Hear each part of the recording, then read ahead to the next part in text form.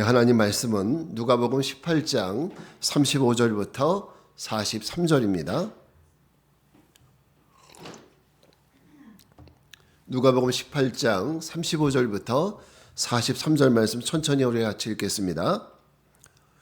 여리고에 가까이 가셨을 때에 한 맹인이 길가에 앉아 구걸하다가 무리가 지나감을 듣고 이 무슨 일이냐고 물은데 그들이 나사렛 예수께서 지나가신다 하니 맹인이 외쳐 이르되 다윗의 자손 예수여 나를 불쌍히 여기소서 하거늘 앞서가는 자들이 그를 꾸짖어 잠잠하라 하되 그가 더욱 크게 소리질러 다윗의 자손이여 나를 불쌍히 여기소서 하는지라 예수께서 머물러 서서 명하여 데려오라 하셨더니 그가 가까이 오매 물어 이르시되 네게 무엇을 하여 주기를 원하느냐 이르되 주여 보기를 원하나이다.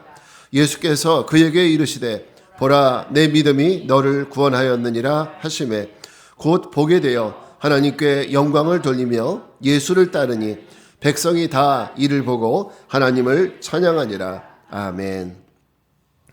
자, 오늘은 대림절 두 번째 주, 오늘 말씀은 믿음의 시력을 주신 예수님이라는 제목으로 말씀을 전합니다.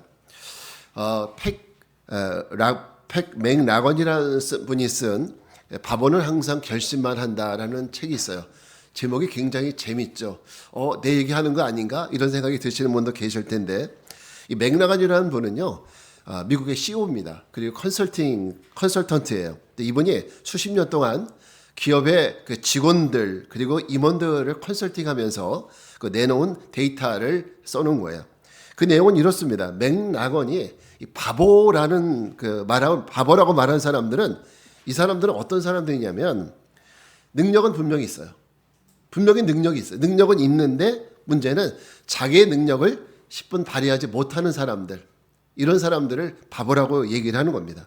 이 사람들의 문제는 뭐냐면 능력은 있는데 시대적인 상황에 맞추지 못하는 거예요. 시대적인 상황에 자신을 맞추지 못하고 항상 뒤떨어진 이런 시대적인 감각을 가지고 있는 이런 사람들이라는 거예요. 자, 저는 이 책을 읽을 때마다 느끼는 것은 이 맥락원이라는 분이 어쩌면 바로 우리의 모습을 진단하는 것 같은 이런 느낌을 굉장히 많이 받습니다. 바로 나의 얘기를 하는구나, 우리의 얘기를 하는구나 이런 생각을 합니다. 사실 우리도 아마 여러분 모두가 특별한 분은 빼놓고요, 우리 모두가 느끼는 것은 나도 좀 바뀌어야 되는데, 나도 좀 변해야 되는데, 이런 마음 아마 다 갖고 계실 거예요. 우리 모두에게 아마 다 이런 마음이 있을 텐데, 책을 안 읽는 사람은 나 좀 책을 좀 읽어야 되는데 이런 생각 하실 거예요. 그리고 나는 좀 술을 끊어야 되는데, 이런 분들은 술을 끊어야 돼 이렇게 그런 마음을 갖는 분도 있겠죠. 그냥 문제는 뭐냐면 두려움이에요. 두려움. 우리 모두에게 두려움이 있어요. 뭔가 해야 하고 변화해야 될 줄 아는데 우리에게는 두려움이 있습니다. 그래서 매일 실패하고 포기하고 마는 거예요. 이런 사람들을 향해서 맥락원 이 사람이 하는 얘기가 이 바보들은 맨날 결심만 한다는 거예요. 맨날 결심만 하고 1년 매일 결심만 하고 아무것도 이루지 못한다는 거죠. 여러분, 이것이 바로 오늘 여러분의 얘기는 아닌가요? 혹시 우리 자신의 얘기는 아닌가 한번 생각을 해봤으면 좋겠습니다. 컨설팅 전문가들이 하는 얘기가 있습니다. 사람이 변화되기 위해서는요, 이게 하루아침에 변하는 것은 아니래요. 하루아침에 변하는 것이 아니라 변화의 과정이 있다는 거죠. 프로세스. 변화의 과정이 있는데 그 단계가 있다는 거예요. 첫 번째 단계가 뭐냐면 나에게 변화가 필요해. 이것을 인식하는 거예요. 내게 변화가 필요하다는 걸 인식하는 거죠. 근데 여기까지는 우리가 다 해요. 나는 변화가 필요하다는 것을 우리 다 알아요. 근데 문제는 그 다음 단계를 몰라요. 변화는 필요하지만 어떻게 해야 변화할 수 있지? 그 방법을 모르는 거죠. 그 원리를 모르는 거예요. 이 변화를 어떻게 할 거냐. 이것을 알려면은 그 방법은요, 우리가 독서를 많이 하셔야 돼요. 독서를 많이 하셔야 되고, 또 때로는 전문가들의 도움을 받아야 우리가 내가 변화해야 될 걸 알 수 있는 거예요. 그래서 예를 들어서 알코올 중독자 같은 경우에는 전문가들의 도움을 받아야 변할 수 있는 거예요. 근데 또 중요한 건 뭐냐면 세 번째 단계입니다. 자, 원리도 알았어요. 독서를 하든지 전문가의 얘기를 통해서 내가 어떻게 하면 변할 수 있는지 원리도 알았습니다. 그럼 뭘 하게 되느냐? 그 원리를 내 삶에 이식을 시키는 거예요. 내 삶에 적용을 시키는 거죠. 이게 중요해요. 내가 지식적으로 아는 건 아무 소용이 없어요. 내가 그것을 내 삶에 이식을 시켜야 돼요. 내가 독서하고 잠언을 얻은 것은 내가 쳐다만 보는 것이 아니라 내가 적용하는 것이 중요하고요. 그리고 더 중요한 것은 마지막 단계예요.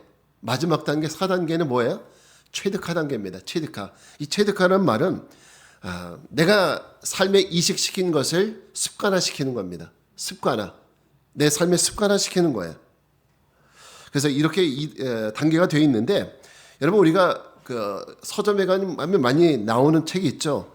성공하는 사람들의 7가지 습관이라든지 뭐 1만 시간의 법칙이라든지 이런 책들이 어떤 얘기입니까?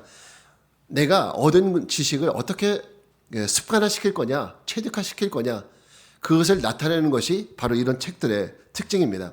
그래서 여러분 1만 시간을 계산을 해보니까 날짜로 하면은 416일이 걸려요. 여러분 옛날 어른들이 하시는 말이 3살 버릇 얘기하잖아요. 3살에 버릇이 들면은 영원히 못 고친다는 거죠. 그러니까 3살 버릇이 되려면 최소한 3년은 걸린다는 거죠. 그러니까 우리가 내가 어떤 변화를 위해서 최소한 하루 이틀 하고 말 것이 아니라 이렇게 많은 시간에 내 자신의 습관화를 시켜야 내가 변화를 성공적으로 이룰 수 있다는 겁니다. 참 중요하죠. 이게 습관을 변화시킨다는 것이 내가 자신이 변화된다는 것이 그렇게 쉽지 않다는 얘기를 하는 겁니다. 자, 이런 관점에서 오늘 우리가 만나는 성경 속의 인물을 우리가 같이 보자는 겁니다. 오늘 우리가 성경 속에서 여러분 읽었던 인물이 누구냐면 바디메오라는 사람입니다. 바디메오. 그러니까 우리는 이 바디메오를 부를 때 그냥 부르는 것이 아니라 별명을 앞에 붙여요. 소경 바디메오 이렇게 불러요. 소경 바디메오. 왜냐하면 그 사람은 나면서부터 소경인 사람이에요. 부모님 뱃속에서 나올 때부터 눈이 안 보였어요. 자, 특별히 그의 이름을 바디메오라고 하는 이유는요. 여기서 바디메오의 바자는 누구누구의 아들이란 뜻입니다. 그래서 바디메오 하면은 디메오의 아들 이런 뜻이에요. 그래서 디메오의 아들 소경 바디메오입니다. 자, 그는 예수님이 여리고에 들어오셨을 때에 뭘 하고 있었느냐? 여리고 길가에 앉아서 구걸하고 있었습니다. 지나가는 사람들에게 돈을 얻고 있었죠. 자, 저는 이것이 이해가 돼요. 맹인으로서 할 수 있는 것이 뭐가 있을까 생각을 해보면 여러분 우리 이 사회에서 오늘 이 사회에서 만약에 맹인이 먹고 살기 위해서 할 수 있는 일이 뭐가 있을까요? 노동을 할 수 있을까요? 아니면 직장을 다닐 수 있을까요? 할 수 있는 일이 없는 거예요. 이해하시죠? 그러면 이 시대에 예수님 시대에 더군다나 이 시대에 맹인으로서 할 수 있는 최고의 짭이 있다면은 그게 뭐냐면 구걸하는 것밖에 없는 거예요. 그러니까 바디메오는 자기가 할 수 있는 최고의 잡을 선택을 한 것이고 그 일을 충실하게 하고 있는 겁니다. 눈먼 맹인입니다. 거지입니다. 이런 바디메오의 인생은 여러분 닮고 싶은 그런 인생은 아니잖아요. 이 인생이 아름답다, 값지다 이렇게 여겨지지 않잖아요. 그죠? 소경이고 눈먼 이런 거지이고 이런 인생이 누구에게 값진 인생이 되겠습니까? 그럼 앞에서 우리가 지금까지 얘기했듯이 바디메오가 조금 더 가치 있는 인생을 살려면 어떻게 되느냐? 그의 인생에 뭐가 필요해요? 변화가 필요하다는 거예요. 변화가 필요하다는 겁니다. 지금까지는 육신적으로 배고픈 배를 채우는 것이 매일의 삶이었고 그것이 인생의 목적이었습니다. 오늘 가면 어떻게 하면 내가 누구에게 돈을 얻어서 내 배를 채울 것이냐. 이게 인생의 목적이었어요. 이제는 그런 인생에 뭐가 필요하다? 변화가 필요하다는 거예요. 좀 더 가치 있는 인생이 되기 위해서는 이제 내가 늘 살던 그런 삶에 변화를 주어야 한다는 거예요. 변화가 필요하다는 거죠. 여러분, 우리들은 대부분 사실 나는 잘 못하면서 남들의 이야기에는 조언을 잘하죠. 숟가락 하나 얹으면서 이래라 저래라 충고하고 조언하고 이런 거 잘하잖아요. 제가 만난 분들은 대부분 그렇더라고요. 다른 사람 얘기에 어쩌면 그렇게 지혜롭게 말씀을 하시는지 참 옳은 얘기만 하세요. 남 얘기 잘하세요. 만약 여러분이 인생의 컨설턴트라고 한다면 인생 컨설턴트라고 한다면 이제 여러분이 바디메오를 한번 상담을 해주는 겁니다.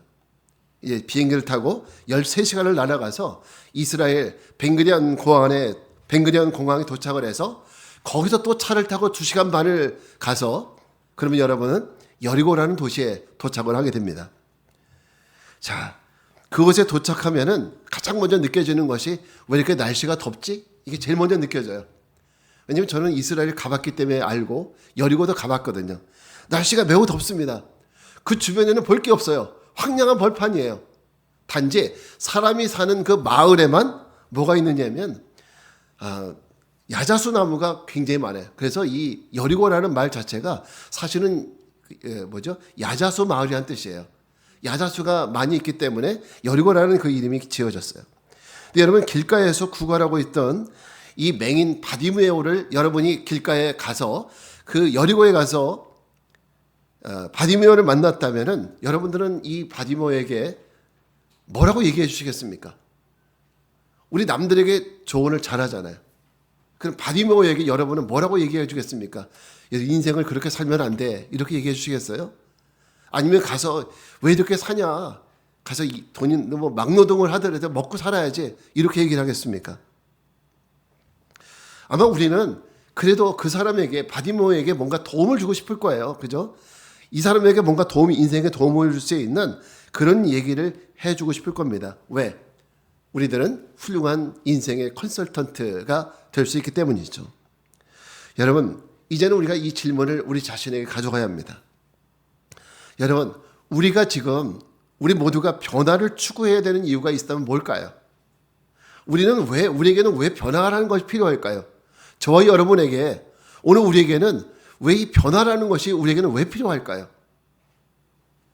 여러분, 왜일까요? 그건 우리가 그리스도 안에 있는 자들이기 때문입니다. 여러분, 이제 제가 이 얘기 안 할 줄 아셨죠? 오늘 또 합니다. 우리가 어디에 있어요? 그리스도 안에 있는 자들이기 때문이에요. 우리는 예수 그리스도 안에서 의롭게 된 자들이에요. 그죠? 우리는 예수 그리스도 안에서 하나님의 양자가 된 사람이고 예수 그리스도 안에서 새로운 피조물이 된 사람이에요. 이제 우리 그리스도의 종들이 된 사람이에요. 제가 이거 언제까지 얘기할까 모르죠. 나중에 저 현수막으로 해서 붙일지도 몰라요. 매일 해야 되는 얘기예요. 이거는 이게 복음이거든요. 그러니까 매일 여러분에게 알려드려야 돼요. 우리가 어떤 사람인지. 여러분, 우리가 이런 사람입니다. 이런 사람들이기 때문에 우리는 변화가 필요한 거예요. 우리가 저 거리에서 예수님 모르는 사람들이라면 저는 변화를 얘기하지 않아요. 지금 일요일날 저 절에 가는 사람이라면, 점집에 가는 사람이라면 그들에게 이런 얘기 안 해요. 근데 우리는 어떤 사람들이에요? 예수님 안에서 우리는 가치가 변화된 사람들이거든요. 우리 정체성이 바뀐 사람들이거든요. 그래서 저는 여러분에게 변화를 얘기하는 거예요. 변화되어야 된다는 거예요. 여러분, 애벌레의 정체성이 뭘까요? 애벌레의 정체성. 그냥 애벌레로 끝나는 걸까요? 애벌레의 정체성은 나비예요. 그죠? 나비예요. 그래서 애벌레의 정체성은 나비이기 때문에 애벌레가 나비가 되기 위해서는 어떻게 됩니까? 끊임없는 변화를 추구해야 되는 거예요. 애벌레는 누에로 변화돼야 되고, 또 누에는 그냥 누에로 남아있는 것이 아니라 꼬치를 뚫고 아름다운 날개를 펼쳐서 하늘을 나는 나비로까지 변화돼야 되는 거예요. 왜 그렇게 돼야 돼요? 그게 바로 애벌레의 정체성이니까. 그게 애벌레 정체성입니다. 여러분, 우리의 정체성이 뭔데요? 지금 이런 모습이 우리의 정체성이 아니라 주님은 우리의 정체성을 바꿔주셨잖아요. 우리의 정체성으로 나가기 위해서 우리에게 뭐가 필요하다? 변화가 필요하다는 겁니다. 우리가 언제까지 죄인된 애벌레로 남아있겠습니까? 우리가 언제까지 죄인된 애벌레로 있겠습니까? 하나님이 주신 정체성, 하나님의 자녀, 의롭게 된 자, 그리스도의 종, 새로운 피조물로 나가야 되지 않겠습니까? 변화되지 않겠습니까? 그게 우리에게 변화를 추구해야 되는 이유입니다. 오늘 예수님이 바디메오를 찾아가서 그의 인생을 변화시키려고 하셔요. 예수님이 여리고에 관광 간 거 아니에요. 놀러 간 게 아니라고요. 누구 때문에? 바로 이 바디메오, 이 한 인격체, 이 존재를 변화시키기 위해서 간 거예요. 그는 맹인이고 거지입니다.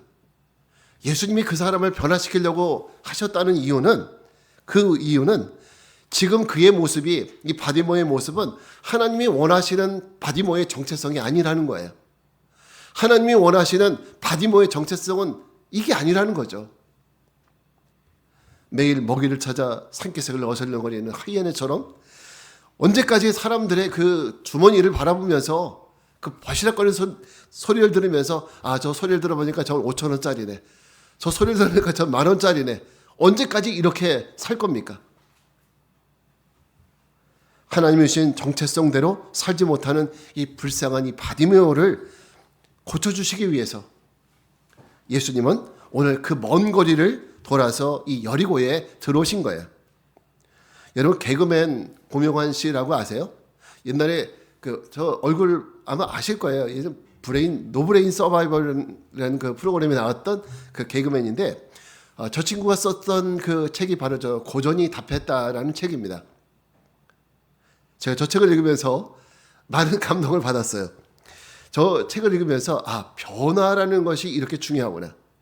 사람이 변화하면 사는 것이고 변화 안 하면 죽는 것이구나.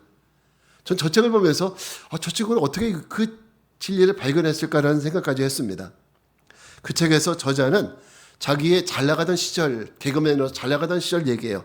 너무너무 잘 나가던 시절에 그냥 매일매일 행사를 다니는 거예요. 개그맨이니까 전국으로 저 지방으로 막 방송 그리고 지방에서 다녀오다가 밤늦게 새벽에 차를 타고 서울로 올라오는 도중에 매니저가 졸음운전을 해서 큰 교통사고를 당했어요. 그래서 몇 개월 동안 병원에 입원해서 병원 신세를 지는 이런 상황이 되었습니다. 그래서 전신만고 끝에 다 그 몸을 고치고 나서 퇴원을 하게 됐대요. 그러면 또 이제 일을 해야 되는데 불러주는 사람이 없대요. 그 몇 달 동안에 자기가 방송에 안 나가는 동안에 자기 이름이 떨어진 거예요. 자기 가치가 떨어진 거예요. 이름의 가치가. 방송에서도 불러주지 않고 행사에서도 불러주지 않고 결국 나중에는 생계를 걱정해야 되는 이런 상황까지 이르게 되더라는 거예요. 그때 이 고명환이라는 저 개그맨이 아주 우울증까지 올 정도로 그런 고민에 빠졌답니다. 그때 어떤 고민을 했냐면 내가 변화하면 어떻게 변할 것이냐. 변화하면 사는 것이고 변화하지 않으면 죽는다 이런 생각을 한 거예요. 그러면서 이 사람이 선택한 것이 뭐냐면 도서관에 들어가서 독서하는 거였어요. 도서관에 들어가서 1년에 300권 이상의 책을 읽어가면서 독서를 하기 시작한 거예요. 그러면서 고전을 읽기 시작을 했는데 고전은 옛사람들이 읽었던 그 지혜들이 담겨져 있잖아요. 그 고전을 읽으면서 내가 어떻게 변화해야 되겠다라는 그 포인트를 발견하게 된 겁니다. 이 작가가 생각한 것은 바로 변화라는 단어였는데 지금 내 삶에 지금 변화를 이루지 못하면 나는 미래가 없다. 이런 결론을 내리게 된 겁니다. 그래서 이 사람은 그렇게 독서를 하게 됐고 거기서 발견한 그 진리들을 적용을 시킵니다. 그 결과로 그는 훌륭한 작가가 되었고요. 그리고 지금은 강사가 됐어요. 세미나 강사가 되었습니다. 지금 저 사진은 어떤 사진인가 하면은 지난 11월 얼마 전이죠. 지난주였죠. 11월 앰비언 기사를 읽어보니까 제11회 교보문고 출판 어워즈에서 올해의 작가상을 수상하게 되었습니다. 이 상은요. 노벨문학상 수상가인 한강 작가가 수상했었던 그 상을 고명환이라는 작가가 받게 된 거죠. 그리고 그는 유명한 강사가 되어서 지금도 저작 활동도 하지만은 강연을 다니고 있습니다. 과거에는 개그맨이었지만은 지금은 작가로 강사로 더욱더 유명해진 이런 활동을 하는 이런 사람이 되었습니다. 여러분, 이 사람의 이런 변화, 이 변화가 없었다면 그는 어떻게 되었을까요? 그는 자신을 변화시켰기 때문에 지금의 새로운 인생을 살게 되었습니다. 새로운 인생을 출발한 그 모습은 그 변화가 그를 새로운 삶으로 이끌어준 겁니다. 여러분, 그래서 오늘 우리에게도 이런 변화가 없으면 안 된다는 거죠. 자, 그럼 우리는 어떻게 주님이 원하시는 변화를 할 수 있을까? 주님이 원하시는 변화를 어떻게 해야 될까? 이 고민을 해보게 됩니다. 다시 한번 말씀드리는 것은 내가 원하는 변화가 아니에요. 내가 원하는 변화가 아니라 어떻게 하면 주님이 원하시는 변화를 이뤄낼 수 있을까? 이 질문을 해보게 되는 것입니다. 첫째는 믿음의 시력을 구해야 합니다. 믿음의 시력. 자, 우리 41절 말씀을 같이 읽겠습니다. 시작. 내게 무엇을 하여 주기를 원하느냐? 이르되 주여 보기를 원하나이다. 아멘. 자, 우리는 맹인인 바디메오가 예수님께 눈을 뜨게 해달라고 요청합니다. 주여 내가 보기를 원하나이다. 내가 네게 무엇을 해주기를 원하느냐? 라고 물었을 때, 예수님 물었을 때 바디메오는 주저없이 주여 보기를 원하나이다. 이렇게 요청해요. 우리가 이제 이 부분을 읽으면 그렇지, 맹인에게 가장 중요한 것은 눈 뜨는 거지. 그래야 먹고 살 수도 있고 또 저가 앞으로도 뭐 어떻게 되겠지, 더 좋은 삶을 살 수 있을 거다, 이런 생각을 할 수 있죠. 그렇지만은 그런 생각의 시력은 여전히 주님이 그 불쌍한 맹인에게 주고자 하는 그런 시력이 아니었어요. 그가 단순하게 눈을 뜨고 눈을 떠서 먹고 사는 일을 할 수 있는 이런 시력이라면 이건 주님이 주시고자 하는 그런 시력이 아니었다는 거죠. 여러분, 예수님이 이 맹인에게 주시고자 하는 시력은 육신적인 시력 플러스 진리를 보는 시력이었습니다. 진리를 볼 수 있는 시력. 육신적인 눈도 띄워주지만 거기서 더 나가서 진리를 볼 수 있는 믿음의 시력을 우리 주님은 그에게 주시기 원했던 겁니다.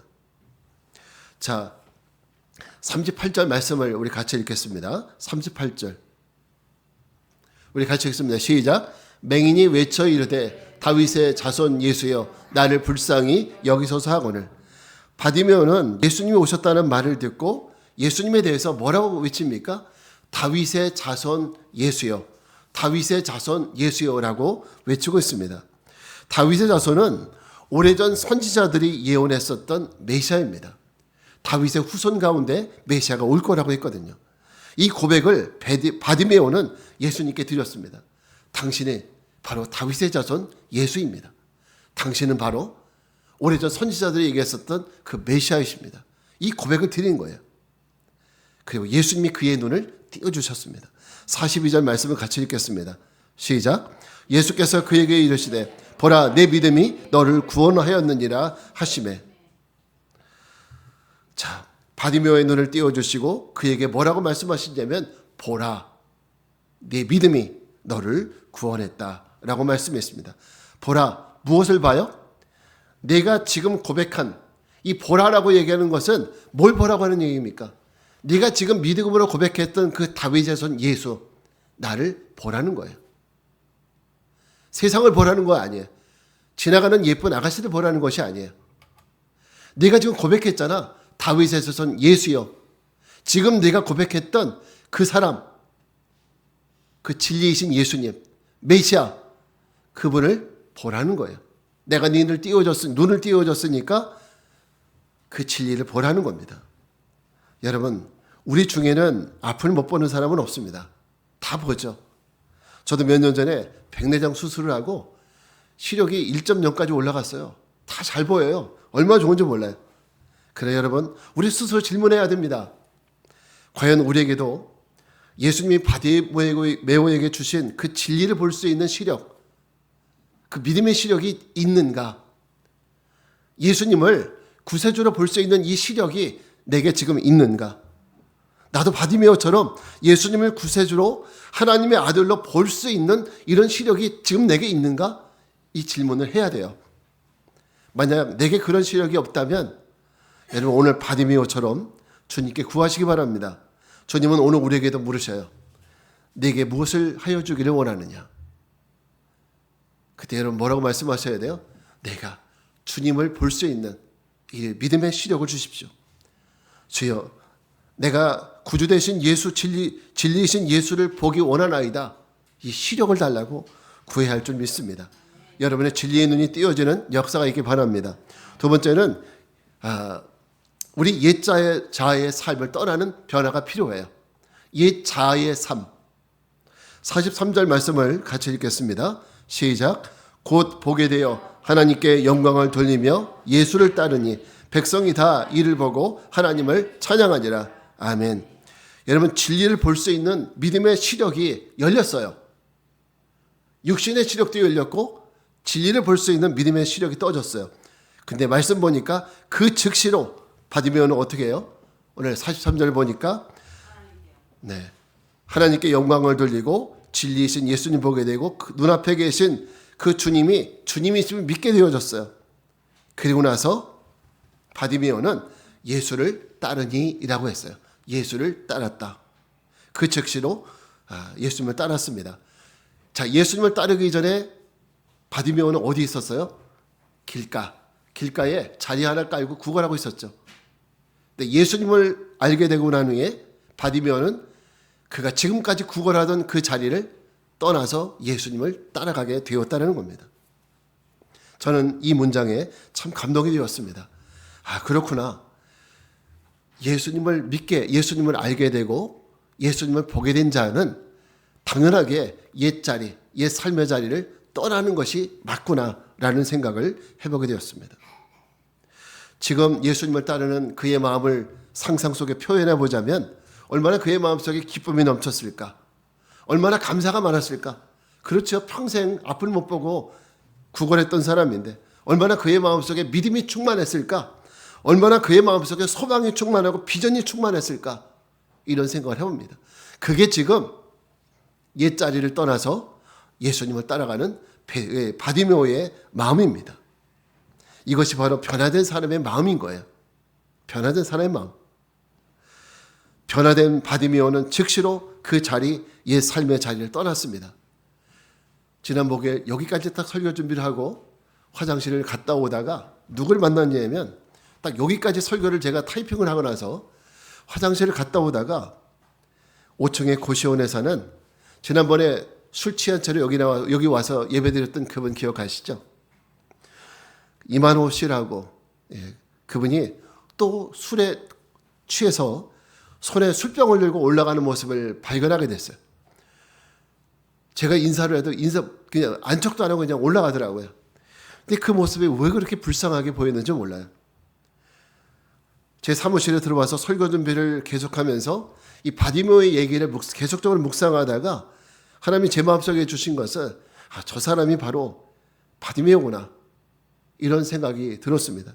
언제까지 저렇게 술 먹는 자리에서 한 달에 한 번씩 저렇게 술떡에 빠져서 일주일씩 술떡에 빠져 지낼까 이런 생각을 해봤어요.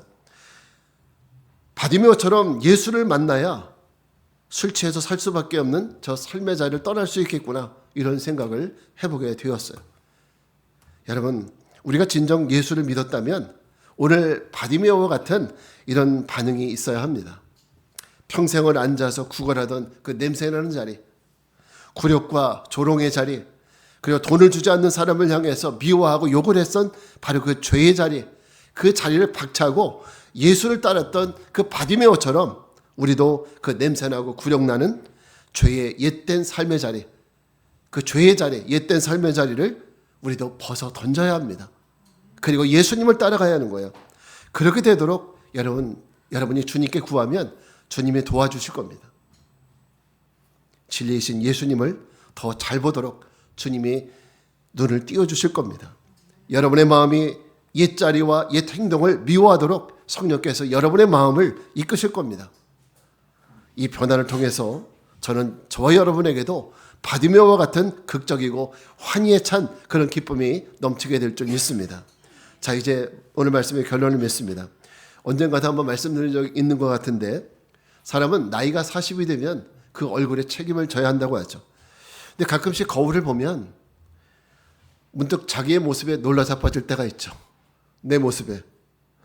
거울 속에 비친 내 모습이 너무나도 낯설어요.